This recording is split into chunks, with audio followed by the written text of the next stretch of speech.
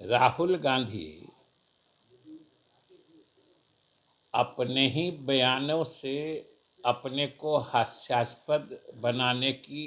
रज्जो, तू यहाँ? तू आज काम पे भी नहीं आई? आज मन्नू की स्कूल की बस लग गई है ना, इसलिए इसको छोड़ने आई थी। स्कूल की बस? पर तेरा मनु तो सरकारी स्कूल में पढ़ता है ना? हाँ जी दीदी, अब सरकारी स्कूलों में 200 बसें चल पड़ेंगी, जिसका फायदा मेरे मन्नू जैसे 10,000 बच्चों को होगा। सरकारी स्कूलों ਨੂੰ भी बहुत शानदार ਬੱਸਾਂ ਅਸੀਂ ਦੇਵਾਂਗੇ। ਪਹਿਲੇ ਬੈਚ ਵਾਸਤੇ 20,000 ਬੱਚੇ ਦਾ ਅਸੀਂ ਪ੍ਰਬੰਧ कर रहे हैं। अद्भुत कला रखते हैं वो, जिसका अंतिम नतीजा खुद उनके व्यक्तित्व को हास्यास्पद बना देता है।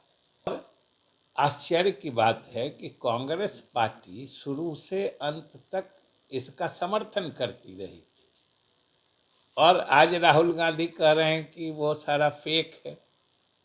जिन्हें इंडियन स्टेट और इंडियन गवर्नमेंट में फ़र्क नहीं महसूस होता है, या स्टेट में और गवर्नमेंट में क्या फ़र्क होता है इसका इल्म नहीं है, उनसे हम इससे अधिक कुछ उम्मीद भी नहीं रखते। राहुल गांधी अपने ही बयानों से अपने को हास्यास्पद बनाने की अद्भुत कला रखते हैं वो। पहले भी उन्होंने कई बयान दिए हैं, जिसका अंतिम नतीजा खुद उनके व्यक्तित्व को हास्यास्पद बना देता है। और इसी तरह का बयान, या यूं कहें कि जिसका ताज़ा तरीन उदाहरण कल उनका बिहार के जातीय गणना पर दिया गया बयान है। अफसोस की बात यह है कि जातीय गणना की शुरुआत से, जब सरकार ने निर्णय लिया था तब से, और जातीय गणना जैसे कराई गई उसकी प्रक्रियात्मक पहलू से, और उसके जब आंकड़े आए तो उसको जारी करने तक हम भी संबद्ध रहे हैं उससे। और आश्चर्य की बात है कि कांग्रेस पार्टी शुरू से अंत तक इसका समर्थन करती रही थी, और आज राहुल गांधी कह रहे हैं कि वो सारा फेक है।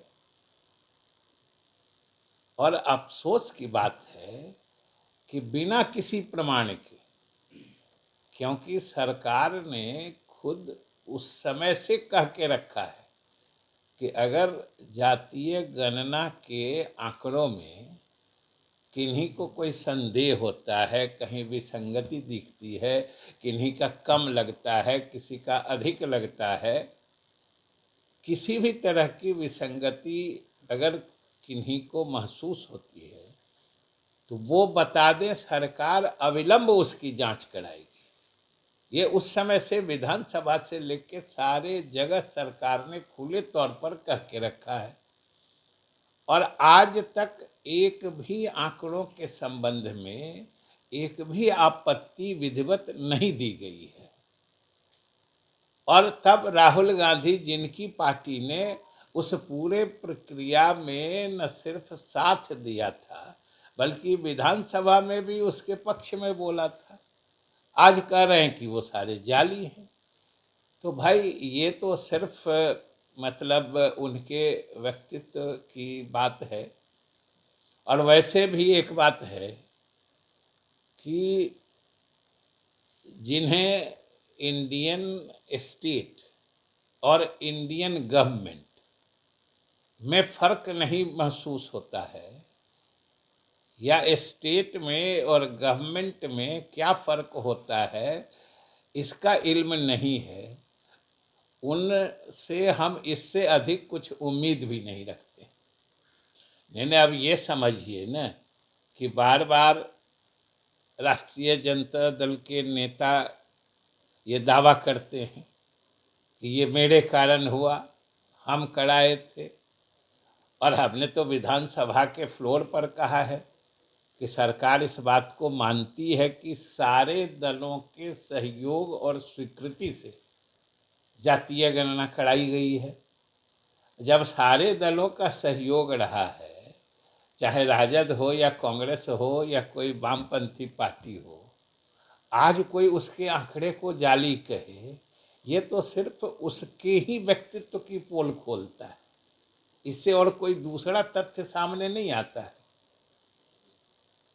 बार बार एक चीज और बोलते हैं कि संविधान खतरे में। कल भी वो यहाँ आए, उन्होंने लगातार इस बात पर जोर दिया कि संविधान को आप लोग को बचाना है, खतरे में है।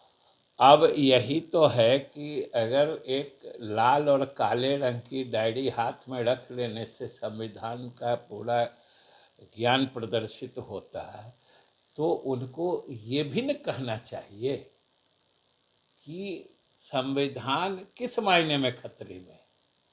कहा कि संविधान के मूलभूत सिद्धांत क्या है, मूलभूत माने उसका लक्ष्य क्या है, संविधान कैसे समाज की स्थापना करना चाहता है, उसमें अगर कहीं कोई दिक्कत है तो हम लोगों की पार्टी और सरकार तो हमेशा संविधान के हर मूल्य को सुरक्षित और संरक्षित करने को तत्पर रहती है। तो वो बार बार कहते हैं खतरे में है, तो क्या खतरे में है ये भी बताना चाहिए। देखिए, अगर ये आपको पता चला है, जो समाचार पत्रों में भी आया है, तो यह तो स्वाभाविक गति है ना। ये तो हम लोग जो 2005 में जो आकार था बजट का, उसको हर साल बढ़ाते गए हैं और पिछले साल 2,82,85 करोड़ तक पहुंच ही गया था। तो इस बार 3 लाख क्या 3 लाख से अधिक का भी हो सकता है।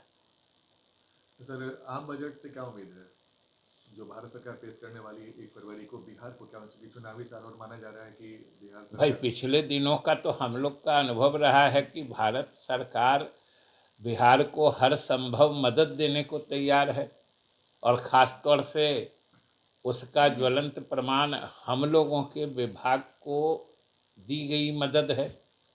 11,500 करोड़ का स्पेशल उन्होंने मदद पैकेज दिया है, जिसमें बाढ़ समन से लेके सिंचाई की योजनाओं को आगे बढ़ाना है। तो सरकार ने, यानी केंद्र सरकार ने, तो अपना रुख शुरू में ही स्पष्ट कर दिया है कि वो बिहार को हर संभव सहायता करना चाहते हैं, और हम लोग भी उसी उम्मीद और आशा भरी नज़रों से आने वाले बजट को देख रहे हैं। हमसे जुड़े रहने के लिए हमारे YouTube चैनल को सब्सक्राइब करें और नई वीडियो की नोटिफिकेशन के लिए बेल आइकॉन को दबाएं। अगर आप ये वीडियो Facebook पर देख रहे हैं तो लाइक जरूर करें और ज्यादा से ज्यादा शेयर करें। धन्यवाद।